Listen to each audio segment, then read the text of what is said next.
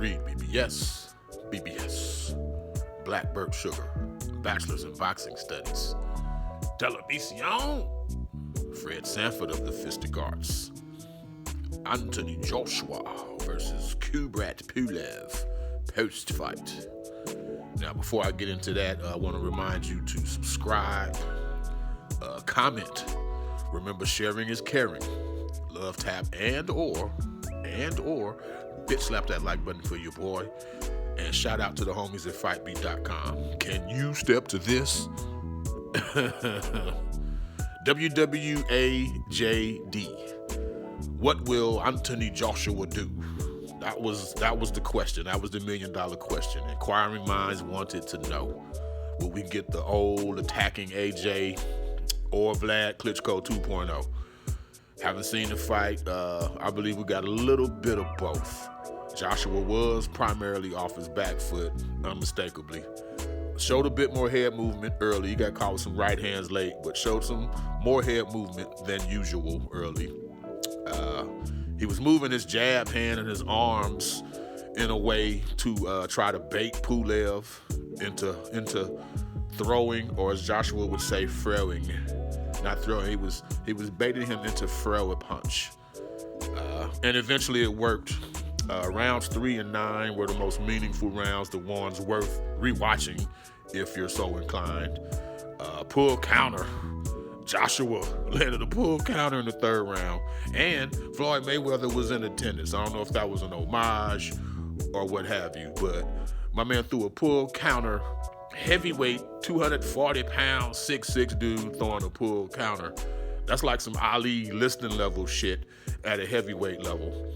And the thing is, people don't want to give credit or praise to the comfort level. Like, you're not just going to walk off the street and successfully execute a pull counter. You got to be in the gym, sparring dudes. You probably done got drilled trying to pull that shit. Oh, this move looks cute. Let me try it. The fact that Joshua pulled it off, landed it, and hurt his man with it, that shows me a heightened level of thought, first of all, and comfort in the ring, which he hasn't always looked comfortable. My man, if anything, has always kind of had less than an at ease look to him in the ring. But to execute a pull counter, you're quite comfortable in the ring. And you have to have that. You have to have that know-how and that confidence and that belief to even pull it off. So that showed me some improvement, some strides that Joshua was making. He dropped Pulev twice in the third, twice more in the ninth. He went uppercut crazy on my man in the ninth round. And after that, a big right hand put Pulev flat on his back. And he eventually made it to his knees, but he was counted out. Here's the thing with Joshua, especially on the heels of the Ruiz KO. There's a segment of fans that don't want to like him. They don't want to like Anthony Joshua. And they will always look for angles to bitch from. Oh, it's just Pulev. It's just Pulev. Here's my thing. If you're not showing improvements, if we're not making advancements, or making strides against a Pulev, your damn show ain't gonna do it against a heightened level of opposition. So let's not knock the fact that we saw some improvements against Pulev. Haters gonna hate, but that's what that is. I liked what I saw. 2 fights removed from Ruiz KO, as I stated before. I gave Joshua a B+. His jab looked pretty good. There was clear thought in his approach, which hasn't always been there. He hurt Pulev multiple times. Dropped him 4 times. Like, what are we bitching about? Because he got tired after the third round salvo of punches. I get it. He still needs to work on his cardio.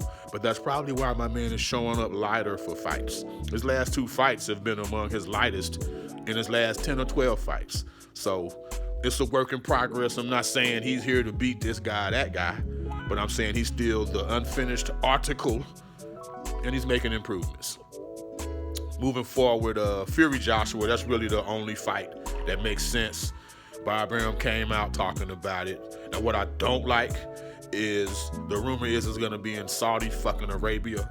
Nothing against Saudi Arabia, but Joshua Fury, Fury Joshua, however you wish to word it, that's a UK-specific fight. The world will watch, but that fight, especially the first one, it needs to happen in the UK. Ain't no goddamn atmosphere in Saudi Arabia. Let's just be real. And the UK has all kinds of atmosphere. It's my favorite fights to watch. When it's a UK fight, I don't even have to know the motherfuckers in the ring half the time. Give me Sweet Caroline, give me some fancy razzmatazz entrances, and I'm all over it. So Joshua Fury, please, please, please, please, please, make the first fight. If there's a series of fights, whatever, but Joshua Fury 1 needs to happen in the UK. Wembley Stadium, Cardiff, Wales, whatever, but in the UK. Fuck that. And yeah, I haven't mentioned Wilder. That's because to me, Wilder needs a get right fight first.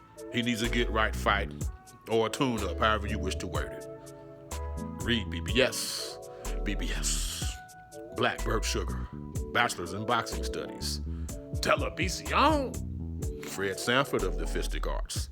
When all is said and done, there's nothing left to say or do.